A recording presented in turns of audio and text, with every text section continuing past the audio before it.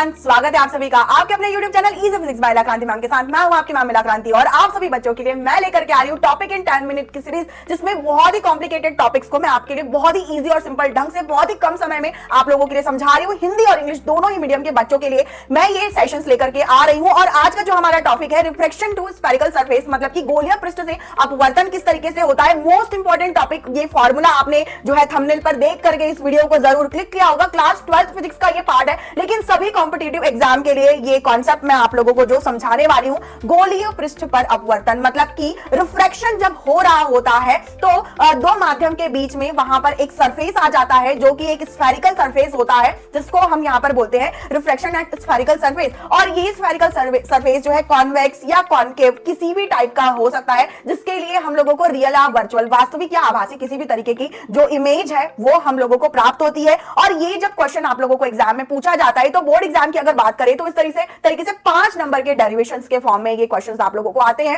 And इसके अलावा जो हम कंपटीशन एग्जाम की तैयारी करते हैं वहां पर इस फॉर्मूला पर बेस्ड न्यूमेरिकल 100% आते हैं, जहां पर आप लोगों को जो चिन्ह परिपाटी है उसका आप लोगों को बहुत अच्छे से ध्यान रखना पड़ता है, साइन कन्वेंशन का, क्योंकि यहां पर इस तरीके के क्वेश्चंस में साइन कन्वेंशन बहुत इंपॉर्टेंट है, राइट। तो जब हम क्या कर रहे हैं, दो माध्यम के बीच में, दो मीडियम्स के बीच में किसी एक स्फेरिकल सरफेस को, गोलीय पृष्ठ को हम रख दे रहे हैं, तो वहां पर जो रिफ्रैक्शन यानी कि अपवर्तन की जो घटना हो रही है उसको हम गोलीय पृष्ठ पर अपवर्तन, रिफ्रैक्शन एट स्फेरिकल सरफेस हम बोल रहे हैं। डायग्राम में आप लोगों को बहुत ही क्लियरली दिखाई दे रहा है। इसके अलावा जो ये डेरिवेशन करना है, इसके लिए जो हम लोगों को डायग्राम समझना है, तो आप यहां पर इस डायग्राम में देख सकते हैं कि ये आपका जो है क्या है, यहां पर ऑब्जेक्ट है और ये ऑब्जेक्ट है। अब क्योंकि यहां पर जो स्फेरिकल सरफेस हम लोगों ने लिया है, जिसका जो गोलीय पृष्ठ है, इसके लिए जो सेंटर पॉइंट है वो इस तरीके से इसके अंदर की राइट साइड में होगा। जब यहां से ऑब्जेक्ट से प्रकाश की किरण निकल रही है, लाइट रे जब निकल रही है इस सरफेस पर, इस गोलीय पृष्ठ पर जब टकरा रही है, तो टकराने के बाद वो इस तरीके से यहां पर इमेज बना रही है। और जो हमारा यहां पर मतलब कि ऑब्जेक्ट जो रखा हुआ है, उसके लिए हम यहां पर देख पा रहे हैं कि जब ये आगे गुजर रही है तो एक अल्फा यहां पर एंगल कोण बन रहा है, यहां पर बीटा एंगल कोण बन रहा है,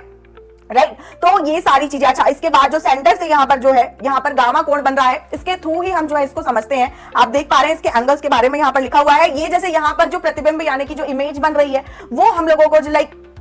यहाँ पर हम लोगों को इमेज जो है वो वास्तविक इमेज यहाँ पर हम लोगों को मिल रही है। इसके अलावा जो है हम लोगों को आभासी इमेज भी जो है मिल सकती है। लाइक इस डायग्राम में आप देख पा रहे हैं कि लेफ्ट साइड में हम लोगों को इमेज बन रही है। तो दोनों ही तरीके के डायग्राम्स बनते हैं, आपको बिल्कुल भी कंफ्यूज नहीं होना है। एक रियल इमेज के लिए है, एक वर्चुअल इमेज के लिए है। एंड यहाँ पर क्योंकि दो अलग अलग माध्यम है, तो दोनों का रिफ्रैक्टिव इंडेक्स यानी कि अपवर्तनांक म्यू या फिर एन जिसको हम बोलते हैं, वो आप लोगों का क्या होगा, इस तरीके से अलग अलग होगा, राइट। तो जब ये इस तरीके से अलग अलग होगा, जैसे आप इमेज में यहाँ पर देख पा रहे हैं, राइट, इमेज में यहाँ पर देख पा रहे हैं। इसके अलावा आप पोल देख पा रहे हैं। आई होप कि आप लोग इतने अवेयर हैं, इतना तो पढ़ चुका है आप लोगों ने कि आप लोग जो है इसके बारे में लाइक कौन सा नोटेशन हम किस लिए जो है यूज करते हैं, इतना तो आप लोगों को क्लियर होगा, राइट। तो ये यहाँ पर स्फेरिकल सरफेस का जो है ये क्या है, आपका पोल है। यहाँ पर हमारा जो वस्तु है, ऑब्जेक्ट जो है वो रखा हुआ है इस तरीके से सरफेस पर, गोलीय पृष्ठ पर जो है पड़ रहा है। इस ए बिंदु पर पढ़ने के बाद जो है यहाँ पर ये अल्फा कोण एंगल बना रहा है, जिसकी वजह से हम लोगों को यहाँ पर इस डायग्राम में जो है वर्चुअल इमेज हम लोगों को मिल रही है लेफ्ट साइड में।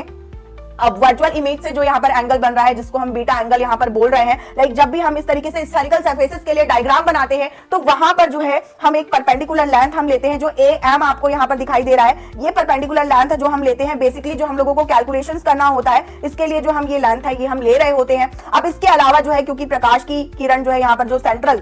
सेंटर है, केंद्र जो है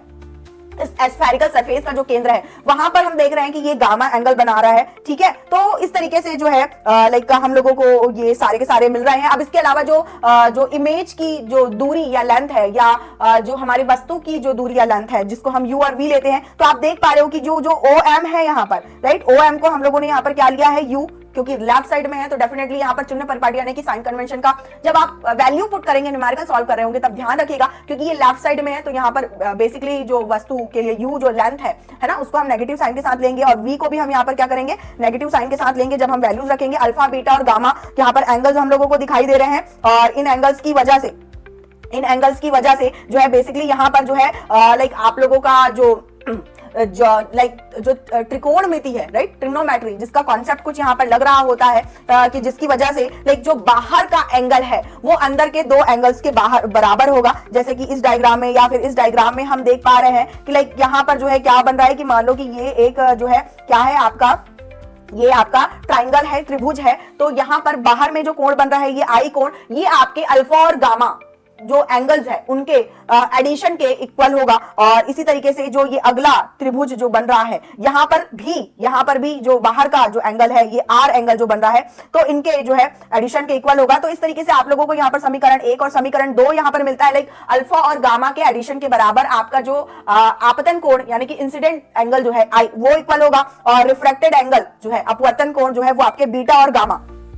क्या ये बीटा और गामा के बराबर होगा। तो दो ट्राइंगल्स हमारे पास थे और दो ट्राइंगल्स में हम लोगों ने यहाँ पर बहिष्कोण का जो नियम है उसको हम लोगों ने यहाँ पर क्या किया, यूटिलाइज किया, तो हमें यहाँ पर दो इक्वेशंस मिले। अब जब भी हम लोग इस तरीके से स्फेरिकल सरफेसेस की बात करते हैं जहां पर रिफ्लेक्शन की घटना हो रही होती है तो उन हर जगहों में जो है हम स्नेल्स के नियम का, स्नेल लॉ का हम यूज करते हैं, राइट। तो स्नेल का लॉ भी आप लोगों का यहाँ पर लिखा हुआ है, sine I by sine R is equal to mu, जिसको हम इस तरीके से म्यू 1 अपॉन म्यू 2 या फिर n1 अपॉन n2, ठीक है। नोटेशंस अलग अलग हो सकते हैं बट हर नोटेशन को लेकर के मैं आप लोगों को समझा रही हूं। अब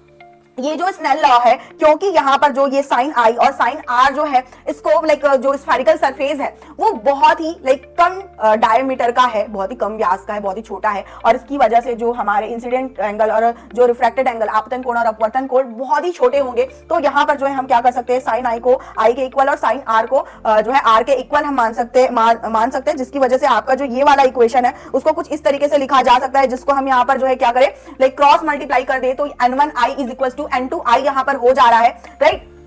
तो यहां पर अगर हम क्या करें कि लाइक हम लोगों ने यहां पर इक्वेशन 1 और इक्वेशन 2 यहां पर निकाल रखा है। अब ये जो इक्वेशन है हमारा, इसमें हम जो है क्या कर सकते हैं, आई और आर के प्लेस में इक्वेशन 1 और इक्वेशन 2 से वैल्यू पुट कर सकते हैं। क्या कर सकते हैं, इक्वेशन 1 और इक्वेशन 2 से वैल्यू पुट करेंगे तो हमारा ये जो इक्वेशन था क्या, ये n1i is equal to n2r। तो यहां पर हमने क्या किया, तो यहां पर आई और आर के प्लेस में हम लोगों ने इक्वेशन 1 और इक्वेशन 2 से वैल्यू रख दिया, जिससे हमारा ये equation n1 alpha plus gamma n2 beta plus gamma हमारा हो गया, राइट।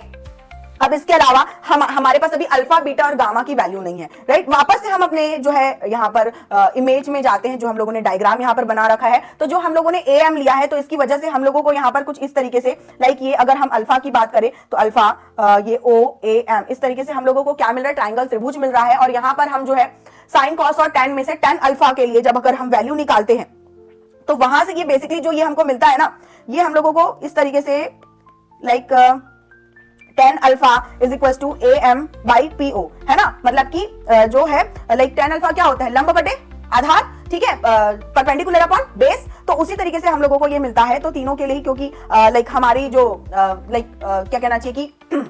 जो यहाँ पर am की वैल्यू है उसको हम लोगों ने h कंसीडर किया है, तो वहां से हम ये वैल्यू पुट कर देते हैं। इसी तरीके से हम बीटा के लिए भी निकालते हैं, सेम इसी तरीके से गामा के लिए भी निकालते हैं। यहीं से लाइक am जो हमने परपेंडिकुलर लेंथ लिया है उसके साथ जो है ट्राइंगल लेकर के, ठीक है। तो बहुत ही इजी है यहाँ पर उस तरीके से ट्राइंगल लेकर के हम लोगों ने जो निकाला, जिसकी वजह से फिर अल्फा गामा और बीटा की वैल्यू जो है हम लोगों को यहाँ पर मिल गई। और ये वाला जो इक्वेशन है इसमें हम लोगों ने जो है तीनों की वैल्यूज, अल्फा बीटा और गामा की वैल्यूज जब हम लोगों ने रख करके जब हमने इक्वेशन को सॉल्व किया तो इक्वेशन को सॉल्व करने पर जो है हमें यहाँ पर जो है कंक्लूजन मिला, जो फाइनल इक्वेशन हम लोगों को मिला, जो कि मोस्ट इंपॉर्टेंट इक्वेशन है, गोलीय पृष्ठ पर अपवर्तन, रिफ्रैक्शन एट स्फेरिकल सरफेस। ये इक्वेशन बहुत ज्यादा इंपॉर्टेंट है, तो इसलिए इस इक्वेशन को बहुत अच्छे से ध्यान से देख लीजिएगा, काफी ज्यादा इंपॉर्टेंट है। अच्छा, तो इस इक्वेशन में इस इक्वेशन में बेसिकली हम लोग क्या कर सकते हैं, जैसे कि हमारे पास यहाँ पर n2 और n1 के फॉर्म में है। किस फॉर्म में है, n2 और n1 के फॉर्म में है, ठीक है। तो यहाँ पर इस ऊपर वाला जो समीकरण था हमारा, इसके पहले वाला समीकरण, तो वहां पर अगर हम n2 और n1 के जगह पर लाइक n की वैल्यू रख दे, तो क्योंकि n इज इक्वल टू क्या होता है, n2 बाई n1, तो हम लोगों ने क्या किया कि जो हमारा पहले वाला इक्वेशन था, राइट, उसमें मान लो कि जैसे हम लोगों ने इसको n2 बाई n1 के फॉर्म में जो है इस तरीके से रखा ताकि हम उसके प्लेस पर n वैल्यू रख पाए, और इस तरीके से हमको फिर इस फॉर्मेट में इक्वेशन मिला। तो जो दोनों ही फॉर्मेट है ये बहुत ज्यादा इंपॉर्टेंट है। लाइक जो पहले वाला फॉर्मेट है उसको भी मैं यहां पर लिख सकती हूं n1 बाई वी, लाइक इसको हम यहां पर लिख लेते हैं n1 by V minus n2 by u is equal to यहां पर n2 minus n1 by are, ठीक है। अच्छा, यहाँ पर जब आप वैल्यू पुट करेंगे v और u का, तो ध्यान रखिएगा साइन कन्वेंशन का, अगर लेफ्ट साइड में है तो नेगेटिव होगा, अगर राइट साइड में है तो पॉजिटिव होगा, ठीक है। तो इस आधार पर जो है आप साइन कन्वेंशन का ध्यान रखते हुए वैल्यू को पुट करिए, और इस तरीके से आप लोगों को जो ये फाइनल कंक्लूजन जो है गोलीय पृष्ठ पर अपवर्तन का सूत्र, रिफ्लेक्शन एट स्फेरिकल सरफेस, आप लोगों को मिल चुका है, जो कि लाइक अल्फा बीटा और गामा की वैल्यू पर निर्भर नहीं कर रहा है। ये आपकी मतलब वस्तु की दूरी, प्रतिबिंब की दूरी, है ना, मतलब की इमेज और ऑब्जेक्ट के लेंथ पर यहाँ पर डिपेंड कर रहा है। तो इस तरीके से ये टॉपिक आपका यहीं पर कंप्लीट होता है। है नेक्स्ट इंपॉर्टेंट टॉपिक के साथ हम मिलेंगे। जाने से पहले कहना चाहूंगी कि अगर आपको वीडियो पसंद आया है तो चैनल को सब्सक्राइब करना, बेल आइकॉन हिट करना बिल्कुल भी नहीं भूलेंगे। वीडियो को लाइक जरूर करेंगे, ज्यादा से ज्यादा दोस्तों तक शेयर करेंगे, जुड़े रहेंगे मेरे साथ हर टॉपिक को इजी तरीके से पढ़ने के लिए इजी फिजिक्स बाय क्रांति मैम के साथ। तो नेक्स्ट वीडियो में मैं भी मिलूंगी और तब तक के लिए बाय बच्चों।